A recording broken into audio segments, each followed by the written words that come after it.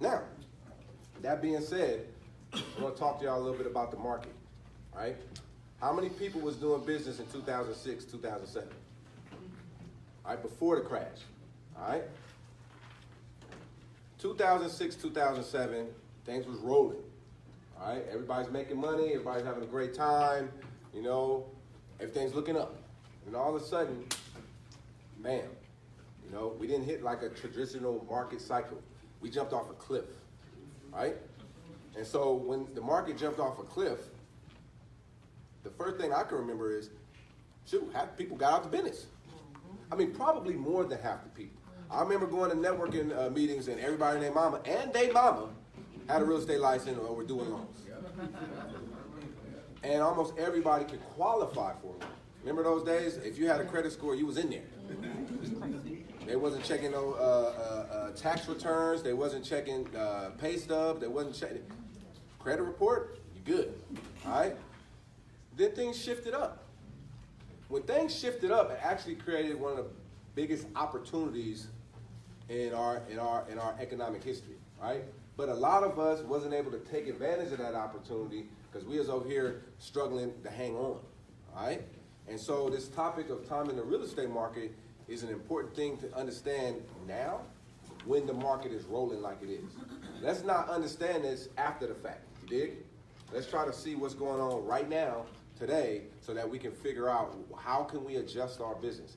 And every time I talk to a group of real estate professionals, it don't matter what your profession is. You selling, you in mortgage, you in insurance. Everybody, I want you to look at this through the lens of an investor, okay? All of us should be investing in real estate. How many invest in real estate now? Good. Tap a hand, show the hand. Tap that up. We all ought to be doing it, okay? And if you can't do it now, put together a plan for you to get into the game, all right? So, what I'm gonna do is I'm gonna go through this presentation now. The first part of the presentation is my standard analysis, how you analyze properties. I'm gonna kind of just brush through that, right? Because I want to get to the meat and potatoes of today, and I only got 30 minutes, right, Sheila? Yeah, only 30, but let me put that in for you. Okay. So while she's doing that, what I always do is go over how to analyze property. So when you look at property, you got to look at, even if it's your home, you got to look at it as an investment, right? For many people, it is the largest investment you're going to make. If you're a real estate investor, your home is probably not the largest investment you're going to make, right? But for most people, it is going to be the largest investment. Unfortunately, we don't look at it like that. We just look at it as a place to live, right? But in fact, it's a very, very critical investment. So one thing, whether you're buying a single-family house to live in, whether you're buying a single-family house to rent out, whether you're buying an apartment building, a hotel, whatever, you got to understand how to analyze property, right? The biggest key to investment property now, investment versus flip. When you flip property, that is a form of investment, but you're really treated like a dealer, okay? When you sell property, buy and flip, you're dealing property. So when you're taxed like a dealer, like ordinary income. When you buy investment property, hold it for rental income. When you sell it, if you sell it like that after a few years, that's taxed at a capital gains rate. So it's taxed differently. So for the purposes, most of what I'm talking about, I want you to look at things as an investor. If I'm going to hold something for the long term, for the purpose of the income that it generates. In order to do that, we got to know the numbers. All right. So I'm gonna breeze through the numbers calculation because this is critical. No matter what the market is doing, the numbers are primary. They're the main thing when you're looking at buildings, okay? Property owners who made it through the storm, who owned buildings in 2006 and still own that same building now, were able to do that because the rental income that they had coming in was able to pay the bills. Most people who lost the buildings didn't even do an analysis to see if their property could cover it. The rents could cover the expenses and the mortgage, right? So the first thing you do when you look at property, you analyze the income and expense. So that's your rents, your gross schedule rent. Your rent roll will tell you how many units are leased out, how much rent's coming in. You take away from that vacancy, and if it's a big enough building, you add other income, laundry, vending. Some buildings have billboards, whatever. That's other income. Any rental income you generate that's not from the rents, that's other income, okay? So now, you total up those numbers and you get the effective gross income, what you actually bring in. Now, from there, start taking away operating expenses. Most new investors or most residential investors transitioning to apartments or transitioning to commercial deals or bigger residential property, leave this part out, okay? Operating expenses. This is not your mortgage, all right? Usually I see a lot of investors, they'll say, hey, my rents are this, my mortgage is Y, I'm gonna make all this money. Because they haven't looked at the operating expenses, the cost of doing business. So if you pay cash for a building, you're not gonna have a mortgage, right? You pay cash, it ain't no mortgage. You're still gonna have taxes, insurance, management, maintenance, utilities, repairs, reserves. That's your cost to operate the building. Now, when markets fluctuate, these costs are gonna fluctuate too, right?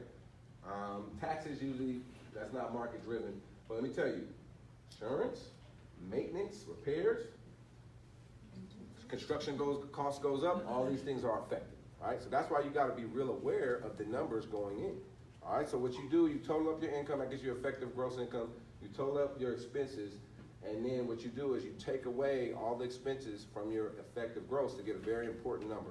That very important number is called net operating income. Now, how many of y'all heard of Carlton Sheets, No Money Down Guru? If y'all been around, some people, some veterans up in here, you will have heard about No Money. If you ordered that course and actually looked through the course, it's an excellent course. And he talks about calculating the net operating income. And he's, for the most part, talking about single family homes. So even in a single family home or a commercial building, calculating the net operating income is critical. That's the value of the property. Now, this is the money that's left over after you collect all the rents, pay all the bills, but before you pay your mortgage. All right? This is the money you use to pay your mortgage with. And this is that's the number we use to value the property. Right? Because what we do is we capitalize the income. We capitalize the income in order to determine the value of the property. Basically, the value of that income stream. So in order to do that, we apply what's called a capitalization rate to the net operating income. Capitalization rate, it's a measure of value, okay? I'll give you the Webster's definition and then basically the street definition. So Webster's, the cap rate's the rate of return generated by a real estate investment property based on the annual net operating income that a property generates. Basically, it represents the percentage return you would get from a building if you paid cash and didn't have a mortgage. So the percentage return. So in other words, say I buy a building for $1 million, and my net, again, net, not gross, my net operating income, let's say, is 100 grand. So if I pay cash for that building, and after I collect my rents, pay all my bills, I got 100 grand, that's my yield, that's my return. So my cap rate's gonna be calculated by taking that 100 grand, that yield, divided by the value, the million that I purchased. What's that number, y'all? 10%. 10%. That's a 10% cap rate, all right? So you take the net operating income and you capitalize it in order to come up with a value, all right? And I'm blasting through this. That example I just went through is right here. I'm blasting through this part. It took me like 2 or 3 years. I've been in commercial real estate since 2003. It took me like 2 or 3 years to really fully grasp this point. I got other videos if you want to drill into cap rate, net operating income. Hit me up on YouTube, Infinity Investments 1. So for this purpose, I'm blasting through this. But understand, this is the blocking and tackling. This is the rebounding, whatever fundamental you want to apply to the business, all right? And just understand this, cap rate's a measurement of return. When you're buying, you want to try to get a higher cap rate. When you sell, you want to try to sell when the market cap rates are lower, meaning that investors are willing to take less of a return, all right? That's where timing the market comes into play, all right? Because you can increase the property's cash flow, you can increase the property's value by doing some physical things, but you really can't dictate the market. But what you can do, pay attention to the market and make some educated moves and plans based on what's going on, okay? Just a couple other quick terms that we use to evaluate property net cash flow. This is simply the cash remaining after you pay all the expenses and pay your mortgage, all right? So net operating income is before you pay your mortgage, net cash flow after you pay your mortgage, all right? Cash on cash return, this is a measurement of return, an indicator, is the net cash flow divided by the total cash invested. That's gonna give you a percentage. In the Bay Area right now, if you're getting anything 6 to 7% cash on cash return, you're actually doing pretty good. SAC actually is the numbers are maybe a little bit higher, but not that much higher. The market, the investment market here is really, really, really robust right now. But I would say somewhere if you're investing out here 7 to 8% cash on cash, you might be able to get. All right, back in the day, you was able to get 10%. All right, this number fluctuates based on the market. Internal rate of return, I won't go into that into too many details, but it's basically the total return on the initial investment on an annual basis once the property is sold. Just understand, IRR, if you hear somebody say that, that means internal rate of return. That calculates all the elements of return. In real estate, we get cash flow, but that ain't all we get. Every time we pay a mortgage down, if it's an amortized mortgage, what are we getting? Equity, principal pay down, all right? There's gonna be a tax benefit or there's gonna be tax liability. That's gonna calculate to the return, and then hopefully we timed it right in the market so our property's growing in value. That's another element of return, right? So just a couple key terms that we use. Now, in terms of, now I'm kind of transitioning into the market piece, because if you got a property and you've calculated your cash on cash return, I'm gonna give you an example of, let's just say we're going to make an acquisition, right? And we're going to make an acquisition, we're trying to figure out what the cash on cash return is. That's the annual net cash flow divided by the initial investment. Let's just say this property that we identified, and for all intents and purposes, we'll say it's a 10-unit building in Sacramento. We identified that this 10-unit building nets us $15,000 a year. That's what we net, $15,000 a year, a little bit over $1,000 a month. All right, probably like $1,200, something like that. It took us, our initial investment was $100,000 down. Now, in today's prices, you ain't getting no 10-unit deal with $100,000 in Sacramento right now. I know most stuff in Sacramento is at $100,000 a door-ish or more. All right, but let's just example's sake. So, if you earn $15,000 a year on your $100,000 investment, what percentage return is that? Real easy. 15, it's right up there. So now, we bought a building, we're looking at this building, we said 15%, that's dynamite, we hopping on it, right? We bought this building. Now, market's going up, right? You got any clients you sold a building to a couple years ago, market's going up? If they bought it 2 or 3 years ago, they equity's way up. I meet with a guy at 3 o'clock, I sold him a building 2 years ago, his property value is going way up, so we're gonna have a discussion about what he should do. Here's what we're gonna discuss. So I say, well, look, when you bought this property, you were making, okay, in this past example, you're making 15% on your cash, right? How's your equity doing? Anybody heard return on equity is the term now I'm gonna look at. So now your property's grown in value. So your 100 G's in cash investment has now, let's just say, turned into 300,000 of equity. So if I was to sell this property, I'll net 300 grand, right? So the building's yielding the same 15 though. So what is that? So we're making 15% on our cash, which is outstanding. However, on our equity, the 300 grand, what are we making? We're only making 5%. So if I sit down with this client and say, all right, well, you know, what's going on? The market shot up, you know, you want to keep your money moving, you want to sit on it, what you want to do? Well, he said, well, Steve, you're the expert, what you think we should do? Well, let's use some mathematical formulas to help us out, right? Market's hot, which means you probably can sell quick, but you got to buy in a hot market, not easy. And you have to do what's called a 1031 tax deferred exchange, which has some specific timelines. You got 45 days to identify a property, then you got 180 days to close on a property. There's some specifics about the cash. You got to spend all the cash, you have to replace the debt. So it's not that easy, but it's possible, right? So if we say, all right, well, look, let's analyze the market.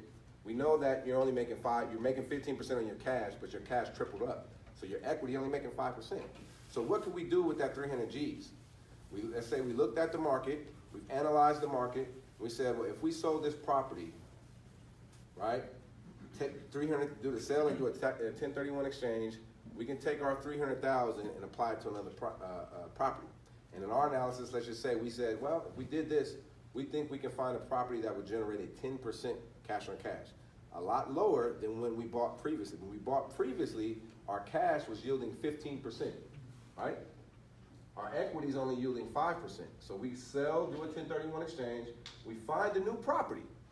But because the market has heated up, our return is lower.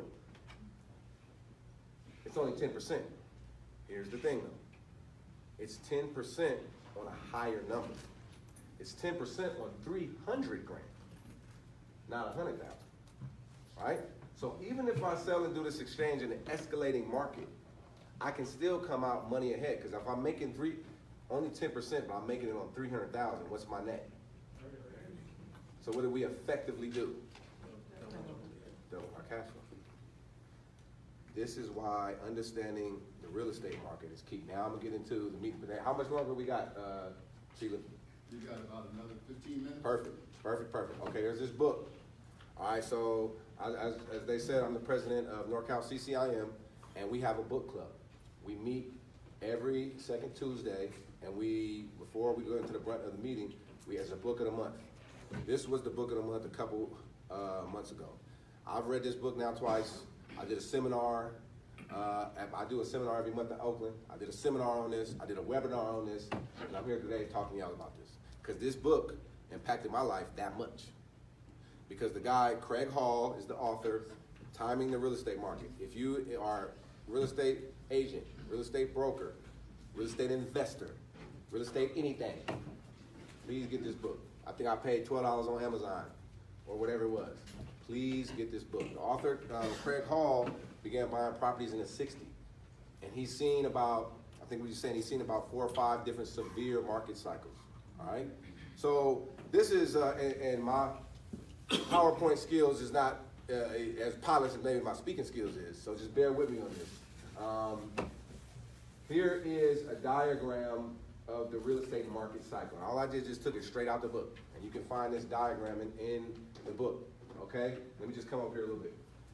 So the beginning of the cycle starts here. It shoots up, top of the cycle. And then traditionally, there's a slow movement down. Now, y'all know 2007, 2008, bam. There wasn't no slow movement. It was a clip. Traditionally, you're going to have slow movement down. Okay, then there's going to be a trough. This is what they call the trough. This is the peak. This is the trough, right? So, you know, kind of like a valley. Trough, valley, same thing. And then it comes up again, and it goes down again. This is how real estate works, y'all. Right? Real estate don't always go up. It don't always go down. Now, the thing is, when we're in a hot market like this, the client, you, most people, we caught up in the emotion, we think it's always going up. Then when it crashed, right, we think it's always going down. I can't tell you how many people I was trying to pitch fourplexes in East Oakland or West Oakland. Right now, East Oakland, it's a fourplex, it's several fourplexes over $1 million in East Oakland, where you gotta have your head on the swivel at all times. West Oakland even more. I was pitching deals, and I sold a couple, but I should have sold way more. People was telling me, I don't want this 150,000 fourplex in West Oakland. Right? Oh, because the market's gonna keep going down, right? That was the time to buy. That was the time to buy. This is what the real estate market does. It goes up, it goes down, it goes up, it goes down. It might go sideways, but it doesn't stay the same forever. If there's the one thing you take from this, is it don't stay the same forever. What he talks about in the book, and this is, if there's one thing you take away from this talk, is understanding the 7 major trends impacting real estate cycles. 7 major trends impacting real estate cycles. The first three are national trends. This is inflation, interest rates, flow of funds into real estate. So when we talked about the old market, how was interest rates at that time? A little bit higher than they are now, but historically still pretty low. How about flow of funds into the real estate market? You got 700 credit score? What you need, $1 million? What you need, 1.2, 1.3? Here you go. And then they took that, packaged it off, and sold to Wall Street. So the flow of funds was outrageous. It was way beyond normal. It was abnormal. It was crazy. All right? And what he says in the book is sometimes the bigger they are, the harder they fall concept. The stronger the market growth is, the stronger the market boom is, usually the stronger the market bust is. All right? That's why we all need to be on our toes right now, because we've been seeing some amazing growth the last 3 to 5 years, right? So the first 3 things, national level. We all affected by this, guys. Now, inflation is something we have in the last, I'm 36. I really haven't had to deal with this as much in my time. You know what I mean? I know past generations have really, in the 70s and 80s, people really had to deal with inflation. interest rates, and inflation typically will boost interest rates up. Interest rates was 18-20% back in the day, right? It was lines at the gas station, right?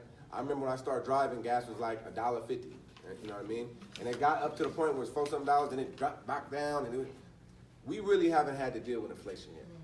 And inflation can be a temporary good thing for real estate values, but long term, if people can't pay their rent, they can't pay their mortgage because they got to pay eggs, milk, baby diapers, you know, whatever they're buying, that's going to affect them, right? And these three trends, they affect us in California, they affect us in Texas, they affect us in New York, they affect us everywhere. Really, at the end of the day, they affected in China, England, and Ghana, because it's a worldwide economy now.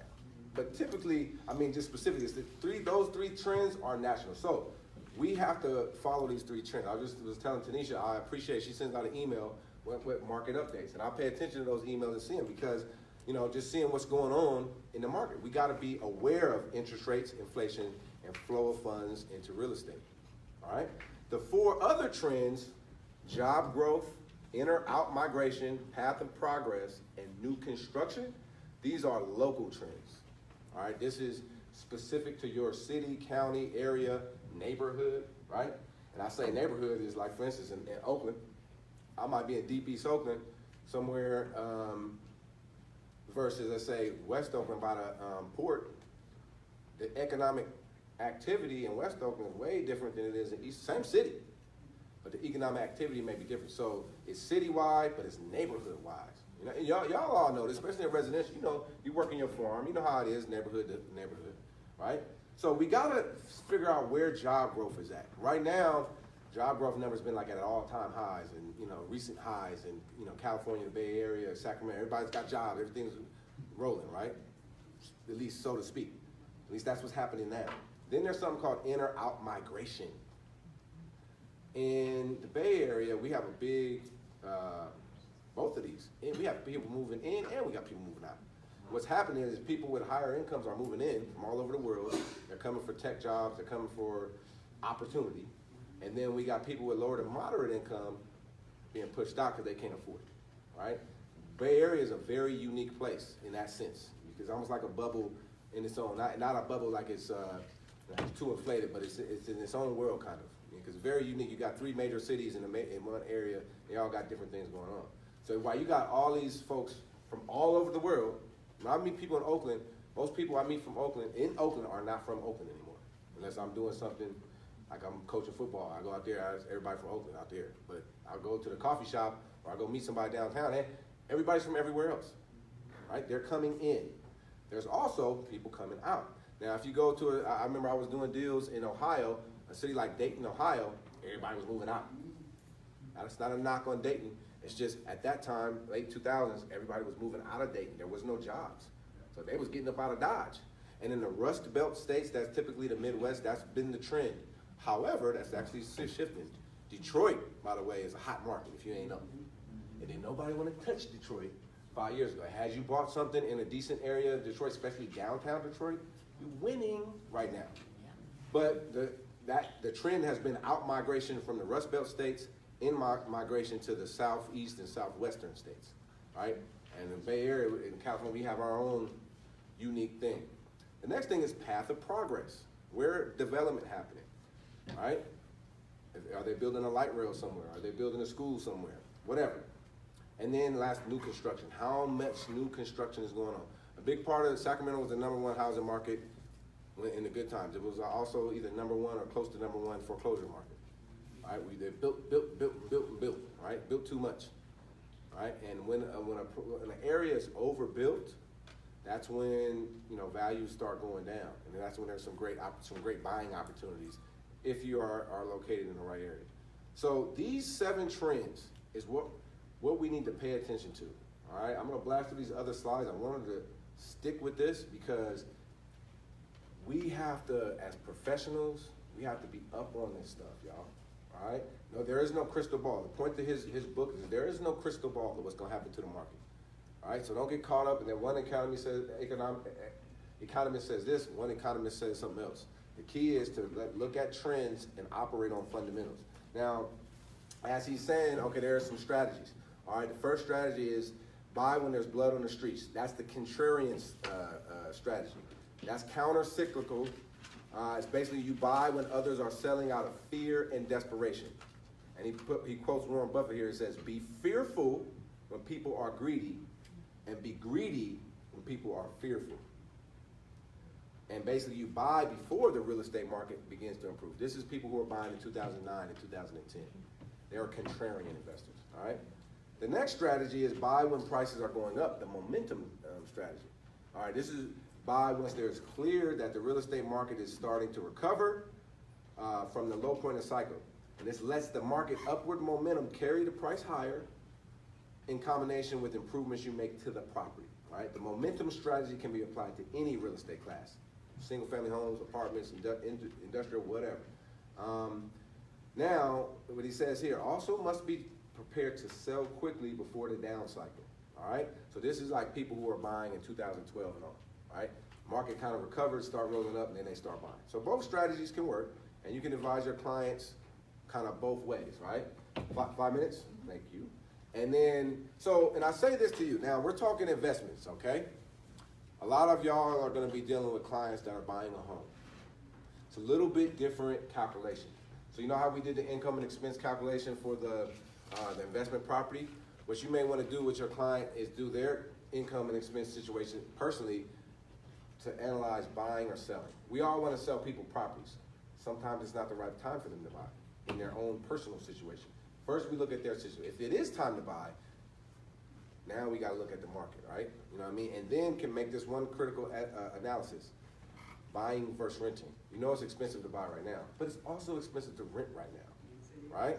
If you're ready to plant your feet down, start a family, or just say, I'm here, I ain't moving nowhere, then it's probably best to buy, right? And even when the market is going up like this, just know that if we're getting people in the properties now, and at NARAB, the Realtist organization, we are all about getting folks in the property, especially black folks in the homes. That's our mission. We have this 2 in 5 initiative, 2 million additional black homeowners in 5 years that started in 2016. But we gotta do it responsibly. Because if they buy the property and they lose it, now it's even worse. And they mess their credit off, they don't wanna ever touch real estate again, and they blaming you because you showed them that property. So what you have to be aware with them is say, hey, look, markets go up, markets go down. We're making this purchase based on your income expense, your ability to be able to afford, right? Now, another thing to think about, selling real estate is not necessarily a bad thing, you know? And some people don't want to sell nothing. I understand it, but sometimes you gotta sell. And when your investments, particularly, what he says is everything is for sale at the right price and potentially at the right time, right? Because you know it's a business. If you want to sell, some keys to remember. It's important to start the sale during the upward cycle and not get greedy trying to wait for the highest price point. And not get greedy waiting for the highest price point, because we don't have that crystal ball. We don't know exactly where that's going to be. But we can analyze, okay, we're in an upswing right now.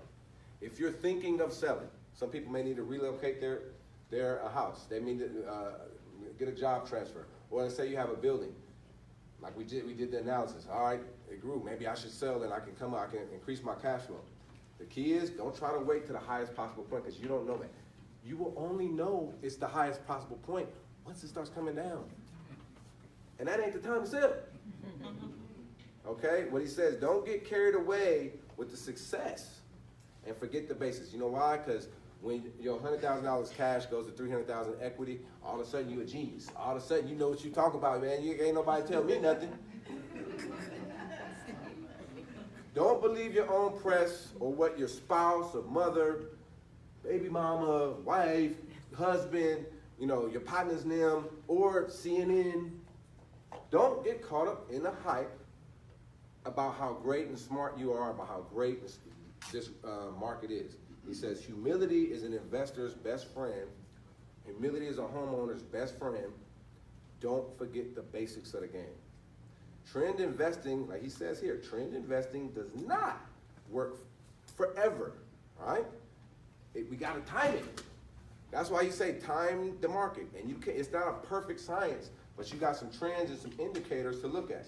And when he says good times do not last forever, be careful to either get out in time or at least have your debt in a comfortable shape so you can ride out the storm. So our clients who was in 2006 buying and who made it out was because they actually could afford that house, or because their building actually could afford the mortgage. We have a responsibility as real estate professionals, and particularly as realtors, to look after our clients as if their money was ours, to give them that fiduciary responsibility, thus meaning we gotta be up on what's going on in the market. And we can't get caught up in the rah-rah or the press, you know what I'm saying? We gotta stay drilled in. These 7 trends I just gave y'all from this book, we gotta stay drilled in and dialed into that, because markets shift. It don't stay like this all the time. And when it's good like this, that's when it's time to start tucking away a couple of dollars over here and preparing your business strategy. Okay, what am I gonna do when it adjusts? Okay, preparing your clients. Don't just slam them into deals. And let them know, hey, we're gonna make this work, but it's gotta be responsible. You gotta be prepared to ride out the storm. And if you do, here's the benefits. That's our responsibility. And we can do it. And you know what? Make a ton of money doing it. When the market goes down, that's actually when it's the best buying opportunity, as we just showed you. That's the best time to buy. That's the best time to be active. You know what I mean? You might need to get your REO accounts up, or you just might have to have a different prospect. Maybe you gotta work buyers a little bit more than you work listings. Okay, maybe you gotta actually prospect and cold call. How about that? You know, I know with all this technology and stuff like that, we done forgot about dialing for dollars. But you have to be prepared to adjust your strategy, and you have to be prepared as a professional to communicate that to everyone else, to the consumers and to the investors that you're serving. And we as realtors, we got to do that at a higher level to the best of our ability and with absolute integrity. So I want to thank y'all out. I really appreciate you, and let's go make sure that we go out and we stand for democracy in housing. Thank you very much.